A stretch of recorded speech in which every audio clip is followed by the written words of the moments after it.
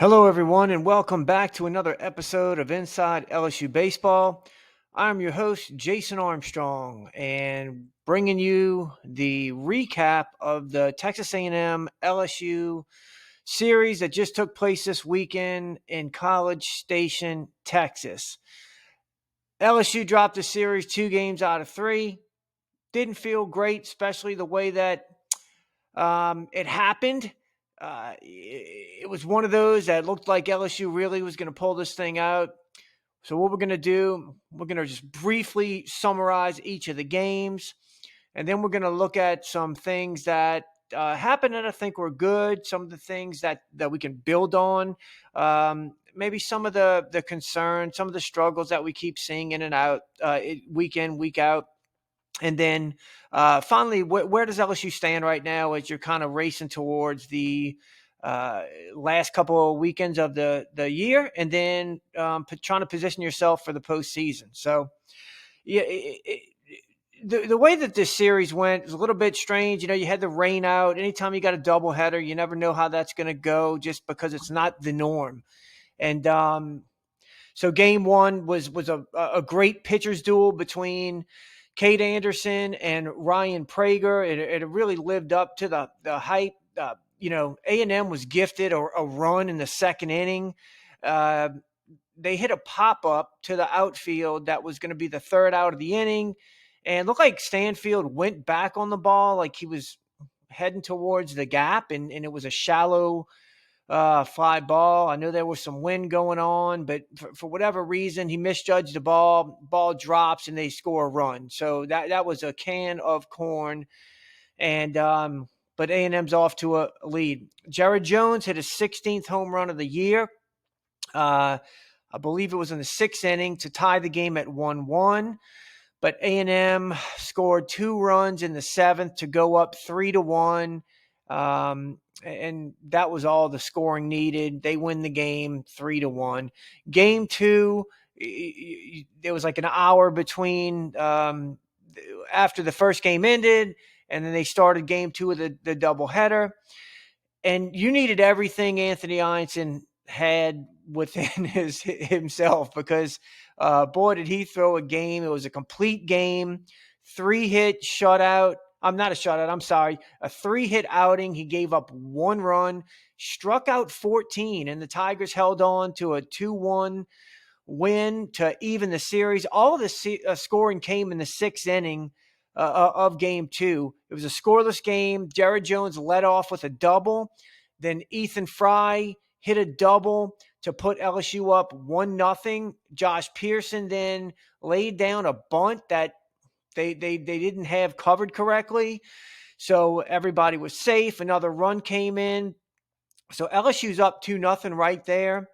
And then Ben Royo would lead off the bottom of the 6th. One of the few pitches that Anthony Einstein made that wasn't a great pitch. He hung a slider, and Royo hit it out for a home run. So that closed the gap to 2-1. But look, Einstein held them for the rest of the game, and they got a big win. LSU got a big win. So you come back Sunday for the rubber match, and LSU, look, you get to get Case and Evans starting on the hill for LSU, going against Miles Patton for Texas A&M. LSU went up 2-0 in the 4th on a couple of gutsy sins by third base coach Josh Jordan. After Michael Braswell reached on a fielder's choice, Luis Hernandez hit a double. I mean, just a seed off the top of the left center field fence. And Braswell scored all the way from first base. He was out by 5 feet if the catcher, Bear Harrison, just makes the catch and tags him. But he didn't. So LSU gets a gift there. Kind of, I guess, pay back for the one we gave away in game 1, the drop fly ball. So you go up 1-0, and then Milam then singled the next batter, hits a ball to left field, and it was fairly shallow in the left field, and left fielder Terrence Keel wasn't playing too deep. And it was Hernandez. When Keel fielded the ball in left field, Hernandez was about 5 feet from third base. He was where, like, if you hit the ball between the third baseman and the shortstop, that hole right there, where it would go through for a hit, that's where he was. If you pause the video, it's unbelievable that Hernandez actually scored on that. But Jordan sends him again, and the relay, they bobbled the relay, so he scored without even a throw, which was pretty amazing right there. So you're up 2-0 in the, what was that, in the fourth inning, I think I just said, whatever it was. But look, that's what happens. A&M was one of the worst defenses in the conference, and when you force a team to make plays, that's what happens. So I think just putting pressure on them might have been a goal all day, or all series, and it paid off right there. So A&M got a run back. They had Case and Evans walk two guys in a row, and then Terrence Keel hit a fastball to right field that would get them a run right there. They would then tie it in the fifth off of a Caden Kent home run. So you're tied up 2-2. And then Hernandez comes back and he hits a 2-run home run in the sixth inning. That really looked at that point like, man, this might have won the series right here, based on what you're looking towards the bullpen. You got so many guys available, but the Aggies would rally to score 4 runs in the eighth inning and take the series by winning the game 6-4. So there's 2 main reasons why this weekend is really hard to swallow. Number one, you pitched unbelievably well enough to win the series, that is for sure, while also seeing major improvement by a number of your bullpen arms, and these are arms that you have been waiting to emerge. Number two, the other reason why it's so hard to swallow is that you led the winner-take-all game 4-2 in the eighth inning and watched a home run completely undo all of the hard work it took to be in position to win this series. And you had handled the top of this Texas A&M lineup all weekend. You just put it to them. They did nothing against you all weekend. And when it mattered, anything but a home run right there. And maybe they tie it, but you surely don't lose the game, and you fight. You get to fight on. But yeah, that was the only thing that really you couldn't afford to do right there with 2 outs in the eighth, and so that one hurts. So also, if I asked you who's your best offensive player, it's obviously Derek Coryell, right? All year long. Who's your most important bullpen arm? Zach Cowan, obviously. Well, your All-American freshman, Derek Coryell, had his worst weekend of the entire year, going 1 for 12 with 4 strikeouts. He's 0 walks. And then arguably the best reliever in the SEC, Zach Cowan, was on the mound in both games that you went on to lose. Once it was in a 1-1 tie in the 7th inning, and the other a 4-3 lead in the 8th. Now, I wouldn't get used to either of those two things happening again, certainly not in the same weekend. But, that's how you lost this series. Sometimes you give a series away, and sometimes you get beat, and I think you just kind of got beat, especially game 3 right there. Now, you can point to the misplayed balls that cost you game 1, because there was a couple of them, but the fact that your top reliever blew, two game. I mean, one of them was a tie game. The other one, he blew a lead. You can point to the weird personnel changes to the lineup that we just haven't really seen a lot of.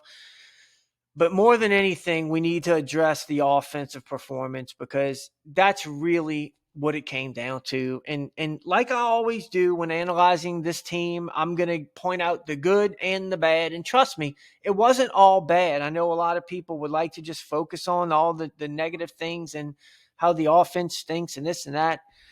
But look, I come away from this series with some real positives that are going to benefit the team down the stretch. So, and that's not just me being optimistic all the time. I mean, just truthfully looking at, the way that this went down, I see a lot of good. But look, there is certainly some things that LSU needs to correct. And at one time, all of the focus on this team was on the vulnerable bullpen. It was on the third starter questions that this team has, and now it's shifted to the offense. So A&M pitching held LSU to just 7 runs, a 214 batting average, and allowed just 9 walks to 28 strikeouts. Now, look, it's hard to hit in the SEC. Throw out the best team in the SEC, Arkansas, and the worst hitting team, Missouri, and pretty much everyone falls between a 255-ish to 285-ish batting average in conference play. You're going to have the rare weekend like LSU had against Mississippi State where, it was 34 for 101. They hit 336 that weekend, okay? But that's not the norm. More times than not, you're going to be in that 260 to 270 batting average range for the weekend. And I'm going to give you 2 examples. This past weekend, Arkansas swept the number 1 team in the country, Texas. Their offense, Arkansas's offense, I mean, if you looked at the highlights, you're like, man, they killed the ball. They killed Texas all 3 games. Their offense went 25 for 96. That's a 260 batting average.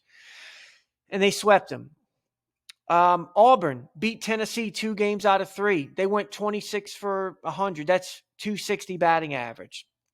The problem for LSU is that 3 of the last 4 weekends, the offense has really struggled. It hit 188 against Auburn, 232 against Tennessee, and now 214 against A&M. The LSU offense is scoring just 3.9 runs per game on the road in SEC play and striking out 8 times per game. That is asking your pitching staff to just do way too much. I mean, how about this stat? LSU has scored 2 runs or less in half of its SEC road games. So 6 of the 12 games that LSU has played on the road in conference, they've scored 2 or less runs. That is wild. Now, thankfully, we get Arkansas at home this coming weekend where LSU is scoring 8 runs per game, so twice as many runs as they're scoring on the road. Now, I didn't love LSU hitting 214 this weekend at all, but there were certain stretches that really bothered me more than others. I mean, we can all look at, each of these games and just get frustrated with some of the at-bats and whatever it was, and just a lack of big hits. But there were certain things that bothered me a lot. So as much as LSU struggled in game 1, they did a nice job against A&M's top bullpen arm, Weston Moss. I mean, they went 2 for 4 against him with a walk. He only lasted 2/3 of an inning, and they forced Jason Kelly to go to Caden Wilson. So that's their 2 best arms right there. Now, LSU lost this game 3-1, but it did impact the way that A&M used their bullpen the rest of the series. So, Prager was good. Obviously, he goes 7 innings and you only hit 200 against him, and that's not great. But again, I did like what you did against Weston Moss game 1, and you didn't get anything going against Caden Wilson, but you forced them to show their best 2 relievers game 1. In game 2, you drove up Lampkin's pitch count, which was very important because I thought that was a big deal, as which starter got further into the game. The Tigers won this game thanks to Anthony Ionson's superhuman performance. I mean, but I'm going to tell you, being shut down by freshman lefty Caden McCoy for 3 2/3 inning was very frustrating to me. He entered the game with a conference ERA over 11. And Caden McCoy, I mean, he went 3 2/3. You got 2 hits off of him. So you hit 167 off of him. No walks, 6 strikeouts. So again, you did good game 1 against Moss. You know, he didn't last long. You really drove up Lampkin's pitch count. But like that performance against Caden McCoy, you won the game. But that's the kind of stuff that maybe not just for this game, that allowed them to save some of their, you'll see in game 3, allowed them to go back to Moss in game 3. But going forward, you don't want that to happen where they bring in a reliever and he just shuts you down for multiple innings. Versus Miles Patton on Sunday, the offense had their best showing. I mean, you eventually scored 4 runs on the crafty lefty, but the effort against Weston Moss in his second outing was really not good. I mean, look, I mentioned it. You scored 4 runs against Miles Patton, 2 free passes. But when they brought in Weston Moss in the 7th inning, I mean, you have a lead at this point, and he throws 3 scoreless innings. You go 1 for 10 off of him. So you hit 100 with 2 strikeouts. So that's the kind of outings that I point to the most and go, look, it's like this. As a whole, you forced the Aggies to show their 2 best bullpen arms game 1. You drove up the pitch count of the game 2 starter, which was a big advantage for LSU. And then you battled the Sunday starter, scoring 4 runs, and you were leading the game when he exited. However, the lack of offense against McCoy could have bitten you if it wasn't for what Anthony Einson did. I mean, and then look, to only muster 1 single solitary base runner versus Weston Moss over the final 3 innings Sunday, like that, those are the things we've got to get better at. Now, don't get me wrong. I do not think, Ryan Prager out there pumping 88 to 90 with a changeup should hold you down for 7 innings, but he's done this to many teams and good teams for 2 years now. But I get it.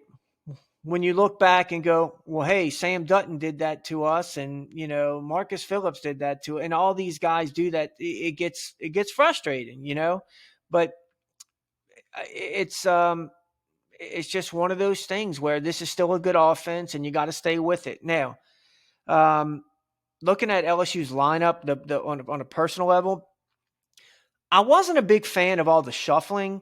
Derek Curiel has been one of the best leadoff hitters in the country for most of the year. I'm not sure why that move to put him in the 3-hole or 4-hole cleanup role made much sense. But, Jay Johnson, a lot of times his moves work out. And believe me, batting, changing the lineup, I don't think that lost you the game. But it almost looked like it was unnecessary, but I'm not in the business of second guessing Jay Johnson. There's enough guys out there on social media that do that. But let's look at some guys who had a good weekend. And I'll start with Jones. I wouldn't say like his numbers weren't great, 3 for 13 with a double and a home run and an RBI. But the thing about Jones, we hear a lot about his struggling, at the plate in conference play. But he's now homered in 3 straight series, and he's making an impact at some point in every series right now. I mean, I mentioned it, but I believe it was the game 2. He led off that was it 4th inning with a double, then Fried, then drove him in. So and then in game 1, he tied the game with his home run in the 6th. So the numbers wise wasn't great, but he made a big impact. Josh Pearson, 4 for 8 with a double, RBI, and 2 walks. So he reached base 6 times in the series. And, he had a 3 for 3 game. Pearson has gotten his overall batting average up to 312 now and has reached 32 times by free pass compared to just 18 strikeouts. He's top 3 in on-base percentage right now. So love the way Pearson's coming around right now, and he's just so clutch. And I heard a stat, I think he's hitting like 380 versus left-handed pitching. So he's one of those guys that's very valuable because you can put him in the lineup no matter who it's against. Daniel Dickinson, only 1 for 8, but he had he reached on four walks. So he reached base 5 times this weekend. And look, it's one of those deals where when you're a struggling offense, I don't care how you get on. So, reaching base 5 times was big, especially against a pitching staff that's kind of holding you in check. Dickinson has the highest conference on base percentage at 450, and it's like 50 points more than Stanfield, who's second place at, I think, 400. So Dickinson's doing a good job of getting on base and putting together really good at-bats, even when he's not, I think he had 1 hit, which is like a slow roller infield hit against Tennessee, and then the 1 hit this series. But he's battling. He's working pitchers deep into the count, and he's drawing walks, which is important. Ethan Fry, my goodness, 4 for 8, 2 doubles, an RBI. Fry went 3 for 4 in game 2. It was his 5th 3-hit game of the year. And I mean, I haven't gone through every player, but I don't know of a lot of guys on this team who have 5 3-hit games. That's pretty impressive. Luis Hernandez, 2 for 6, a double, a home run, 3 RBIs, only 1 strikeout. He's only been playing 2 of the 3 games on weekends because Aaron Beatty's been getting the game 2 start. His last 2 Sunday starts, Luis Hernandez is 4 for 7 with 5 RBIs, 2 doubles, a triple, and a home run. That's nuts. We need this from Luis Hernandez. Think about the series when it felt like we were really hitting the ball. Go back to Oklahoma. Look at the series he had that weekend with all those scouts there. He went crazy. And then he's kind of going silent. But this was the last 2 Sundays. He's really stepped up and had good games. And we need that. We really, really need that. Stephen Milam, only 3 for 11, but he had a hit in all 3 games. So that's a positive for Milam. Had a big RBI hit in that, I believe it was game 2 of the series. So, look, he's not all the way back yet. His numbers aren't near where we know he can get to, but you're not seeing the entire offense go cold. You're seeing guys pick up, but overall it's not enough of them. And that's why you're seeing weekends where you hit 215 or 225. You just need a couple more guys, a couple more hits, especially timely hits. And I think this offense will, it's too good to not turn it around. That's just my opinion.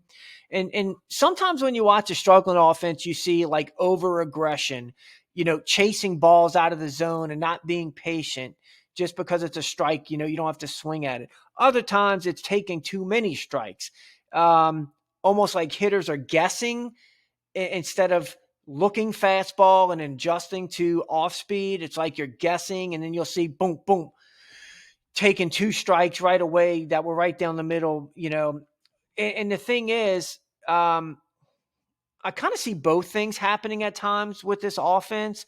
But as I mentioned, it's still a lineup full of good hitters. So you've been facing SEC pitching, and I don't care. You can say, well, it's not premium pitching. Look, Zane Adams and Tyler Fay, those guys are still very good pitchers. All right. It's not just LSU that this is being done to. So keep that in mind. You look at the guys that Tennessee threw against you. Nobody would argue that those are premium arms. Auburn, look what Auburn just did to Tennessee, that offense. So these are good pitchers.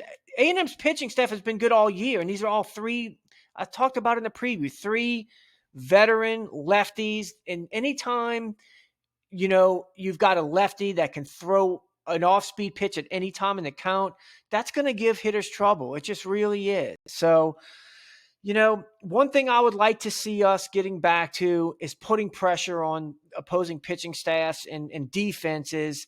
And the way you do that, in my opinion, is if you get a runner on, especially leadoff, steal, hit and run, sack bunt.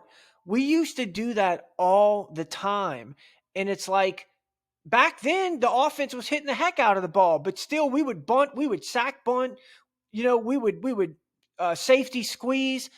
And that's when everybody was hitting the ball. Now you're in the conference play and you're struggling, runs are at a premium, and we're not doing that enough. Waiting for 3 hits in order to score is just not working great for this offense right now. I remember in game 2 of the series, LSU was up 2-1 in the 7th. Milam just led off with a single, and Cade Arrambide is up at the plate. At this point, Arrambide is 0 for 9 in SEC play, and he is 1 for his last 15 overall with 8 strikeouts. And you don't give him the bunt. That is like the most ideal time to bunt somebody ever. Cade Arrambide's up the plate. He doesn't have a hit in conference play. 1 for his last 15 overall. And you've got Milam on first with Jones, on deck after, and we don't bunt. So he goes 0-2, quick, 2 strikes, and then he hits into a double play. And guess what? The life's, any momentum you have from getting a leadoff guy is over. I didn't really understand that. Again, and usually I don't second guess decisions, but like, were we expecting Cade Arrambide to like hit a ball in the gap or like, that's just not something he's done. So maybe he's not great at bunting. I don't know, but if he's not, he's got to get good at bunting. So that's just kind of my thoughts on that. So let's end on a positive. We talked a lot about the offense. And the starts that you got the first 2 games were pretty dang incredible. I mean, let me go back and look at these numbers real quick. So, Cade Anderson gives you 6 innings. Anthony Einstein gives you a complete game. I mean, combined, your first 2 starts, they gave you 15 innings, 6 hits, only 2 runs, 4 walks to 26 strikeouts. They were a combined 68% strikes thrown. That is so big, and it sets up your bullpen for the entire series. And look, I know he wasn't particularly sharp, evidenced by the 93 pitches over 3 1/3. But look, Jason Evans, as the third starter, limited A&M to a single run. And he did it without his secondary pitches for the most part. I mean, he was mostly fastballs. And so, like, there was like 1 inning where he kind of found it. But for the most part, you're talking about he's getting, a lot of fouled off fastballs. It wasn't a lot of whiffs, but he was getting a good fastball in there. And they were fouling it off a lot of times. He couldn't really get them to chase on his changeup that's so good. His slider was like non-existent. He really wasn't throwing it to righties. I think he's just falling in love with that changeup, but he wasn't landing it the way he usually does, and they really weren't chasing it. He started to find it a little bit more, but my point is that it was so impressive that he was getting outs with the fastball predominantly. So he was just having to really work for it. That was the thing. But here's a completely random, weird little stat. For the second straight weekend, all 3 starters allowed the same exact number of hits and runs. So versus Tennessee, Cade Anderson, Anthony Einstein, and Jason Evans all allowed 6 hits and 2 earned runs. Versus A&M, all 3 starters allowed 3 hits and 1 earned run. Go look it up if you don't believe me. do with that info as you wish. But I thought that was kind of strange. But anyway, as far as the bullpen goes, we got to see a bunch of guys in big situations, and they did a really nice job. In game one, Maverick Rizzi struck out 4 of the 6 batters he faced while only walking 1. That is huge. 68% of his 22 pitches were strikes. That is something you can really build on. And man, look, he was blowing that ball by these A&M hitters. That's the best I can remember Maverick Rizzi looking, especially in a game like that where you're in a close game, a game that did you have the lead in that game? What was that okay, you were actually, I think you might have been behind in that game, but whatever it was, you put him in there to kind of preserve having to go to I don't know. He's one of your top arms. I think you were just trying to keep the game where it was. You had already gone to Cowan in that game, but regardless, Rizzi looked great. Great. On Sunday, we saw 2 situations where Jay went to a lefty to face Jace Laviolette. Both times, LSU had the lead. So these were high leverage situations. DJ Primo came in and struck out Laviolette with the bases loaded and 1 out in the 4th. Jay Johnson did it again. He went to Cooper Williams in the 6th inning. I believe it was the 6th inning. And he came in and struck out Laviolette there. I love that. I've said this for a long time. I'm a big fan of bringing guys in to just do just that. Get a batter out. Don't leave them in there too long. You've got a deep pitching staff. When you leave them in too long, that's kind of when these guys start to get in trouble. But I loved the way that he worked the bullpen right there. Jaden Newt gave LSU a solid 1 2/3. He got Hensler to ground into a fielder's choice for the 3rd out with the bases loaded. I thought that was incredible. He threw a 2-0 split finger, and that was a hitter's count where Hensler was sitting dead red. It could have been real bad. That was a big-time pitch right there, and he got us out of an inning.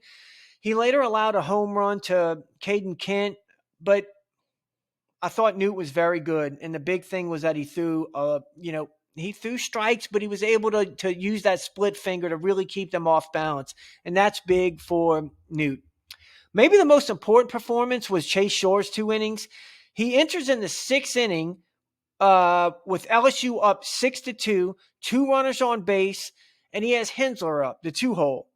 He plucks Hensler, and at that point, I'm sure we're all going, what in the world is going on? Because he missed the first 2 pitches. He was behind 2-0, and he wasn't even, it wasn't like he was particularly close. And then the first pitch to Caden Sorrell, he throws a nice fastball that Sorrell's late on, and Sorrell gives LSU a gift by swinging at that. I would have never swung at that pitch. I would have made Shores throw strikes, which he wound up doing anyway, but that was a fly out to left field, so you're out the inning. Shores went 3 up, 3 down in the 7th, pumping 100 miles an hour, and it was in the zone. Like, he looked really good. He finished with 69% strikes thrown, so, that's something you can absolutely build on. I want to say Shores had retired 5 straight after getting the lead out in the 8th, but Gavin Cash hit a double after being down 1-2. You talk about changing the game. 8th inning, you've got 1 out, and Gavin Cash, a guy hitting .210, who I want to say is batting in the was he batting in the 8-hole? He's down 1-2 and hits a double. If he gets him out right there, my goodness, I hate thinking about things like that. But anyway, now Shores did throw a crucial wild pitch that allowed Cash to advance to 3rd. Shores would then go on to get a big strikeout, and then Jay went to Connor Ware to face Jace Laviolette, And because of the wild pitch and the guy being on third, Lavalette, it's a swinging bunt, and he just beats it out at first base. The run scores to make it 4-3 right there. And this is where Zach Cowan entered with 2 outs, runners on first, runner on first. You're up 3-2. No, you're up 4-3. I'm sorry. You're up 4-3. Hensler would then hit a bloop single, and then Caden Terrell hit a 2-1 fastball over the left center field fence, and that is a wrap. You lose the game 6-4. Cowan's last 5 appearances, he's thrown 6 1/3 innings, given up 12 hits and 6 earned runs. He had only allowed 3 earned runs in his previous 15 appearances, which was 34 1/3 innings. Obviously, when you have a dominant arm like Zach Cowan, who was starting to get touched a little bit, it can be concerning, but you just have to look at each situation. I mean, look, in game 1, when Zach Cowan came in, Royo hit a really nice 0-1 changeup that fell within an inch of the right field foul line. Then Cowan was in a 3-2 count versus Hayden Schott, and the defense was playing in, and Schott, hit a fastball because he was behind in the count, I guess, that was right up the middle. So that gave them a run right there, gave A&M the lead. He then gave up a single to Wyatt Hensler on a fastball.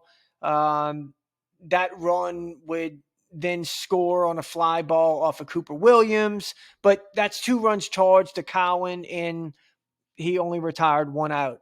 In the rubber match, I just talked about it. Hensler blooped a really nice changeup over the second baseman. I thought we were gonna catch that in right field, but whatever. He blooped that for a single. That was a good pitch.